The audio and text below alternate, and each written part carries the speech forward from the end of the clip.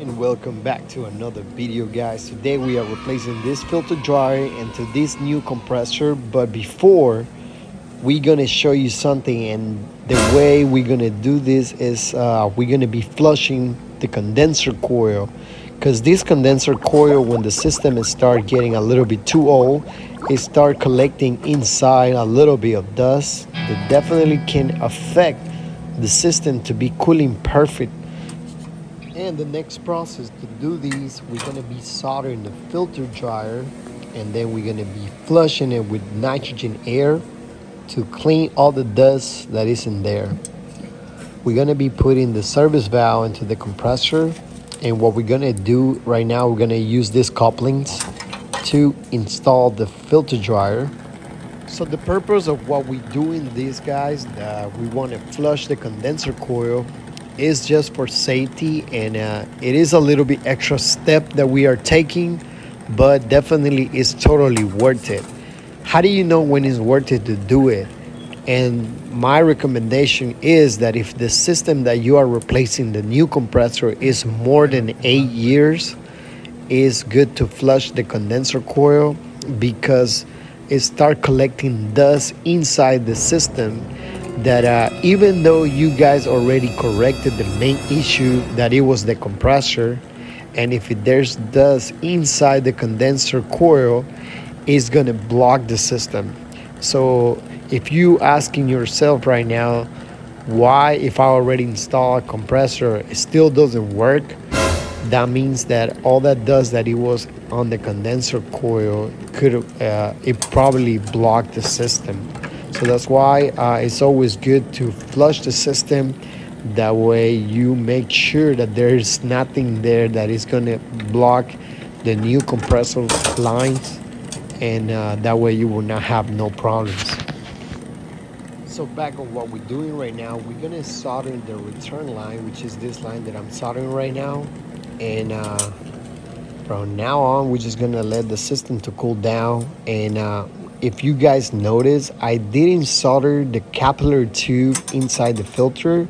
Instead, I block it, I solder it. So I'm gonna put air from the filter valve, and that is gonna run all the air and come out in here.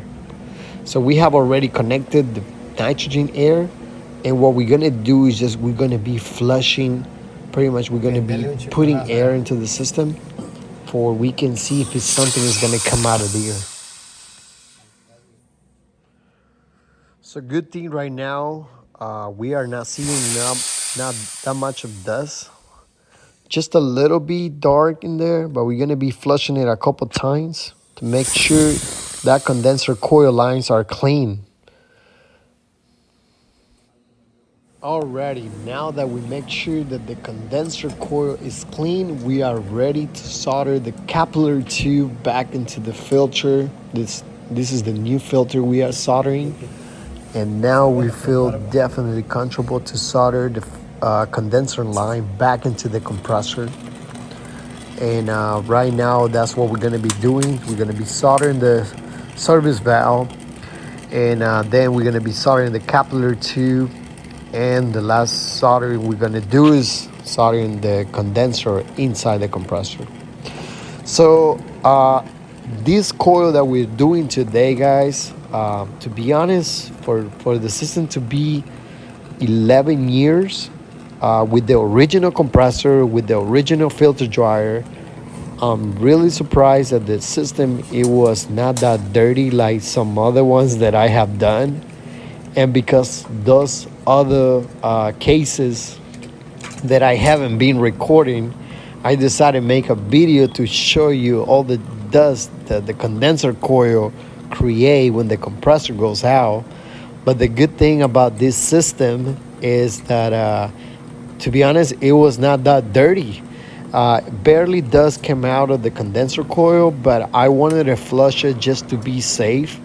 So if you guys are installing a compressor that is, like I said, that is a little bit older model with the still original compressor, original filter dryer, you might want to take that little extra step to clean the condenser coil, and that way you won't have no problems at all. You won't have to worry about anything. So at this point, we have completed this job. We're gonna put everything back. We're gonna be connecting the connections. We're gonna be running a good vacuum, then charge it with Freon, and this system, just like that, is all complete.